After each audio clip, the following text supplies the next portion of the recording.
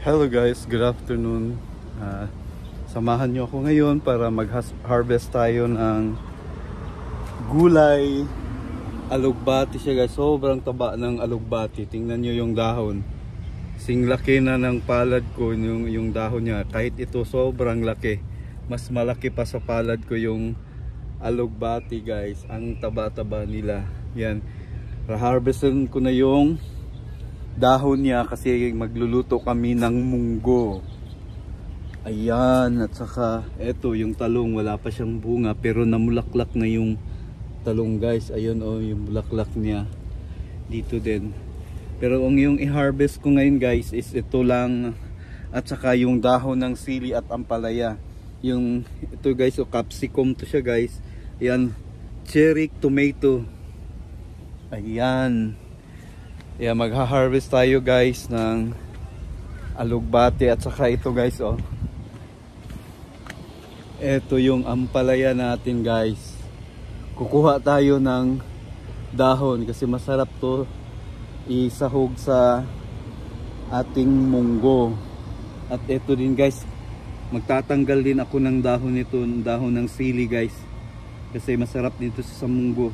Medyo nalanta na siya guys kasi sobrang init. Pero magdidilig naman ako ngayon. Magdidilig muna pala ako guys. Ito guys, tubig to galing sa aquarium.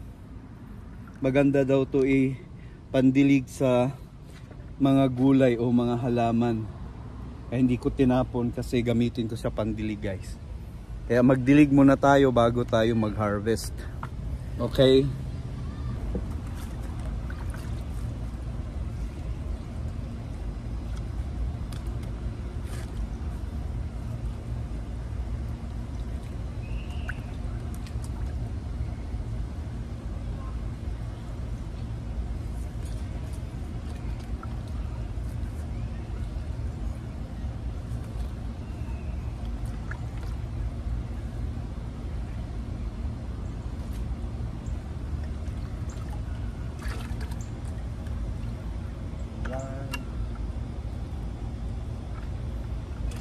Doon naman sa kabila guys. Lipat tayo. Yan.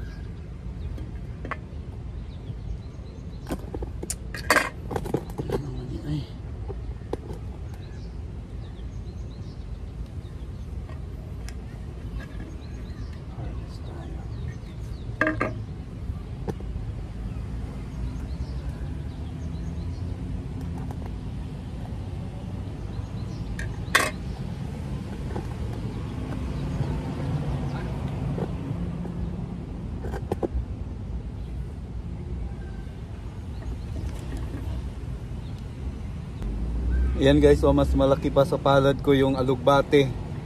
Alugbate yan, ang lalaki.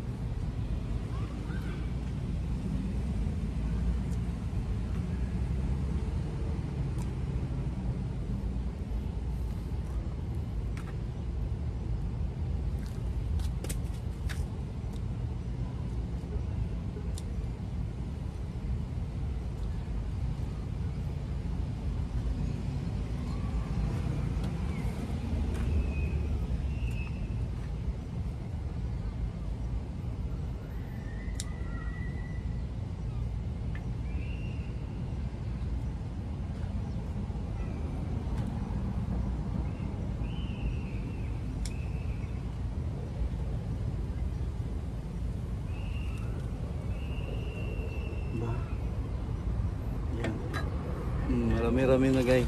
Pang sahog sa munggo. Lipat tayo dun sa sili guys.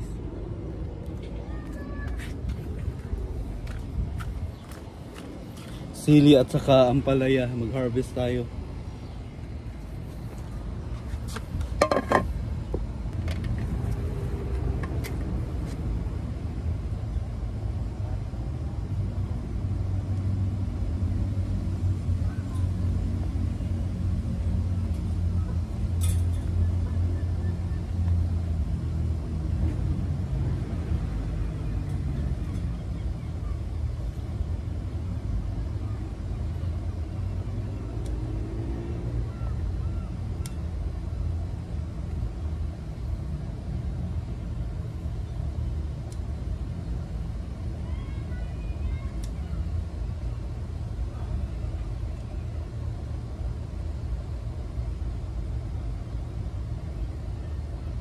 To guys, tapos sili naman, sili.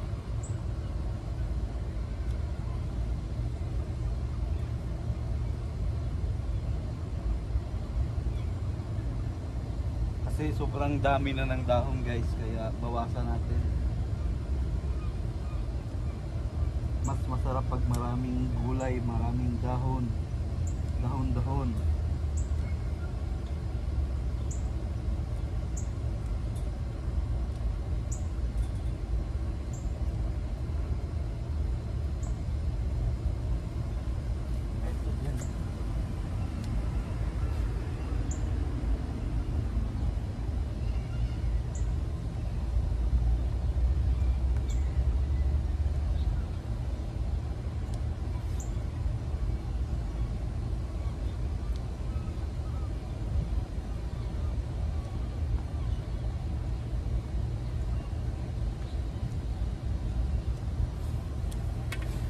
Ayan na guys, okay na siguro to guys. Ayan oh. Dami na dahon ng alugbate, ampalaya at saka dahon ng sili, 'di ba? Ang sarap na nito guys, pang sahog sa munggo, 'di ba? Libre na yung pansahog sa munggo guys. Kasi nandito lang sa ating backyard gardening. Kaya 'di ba? Libreng-libre na. Kaya salamat guys. Thank you so much for watching. God bless everyone. Bye for now.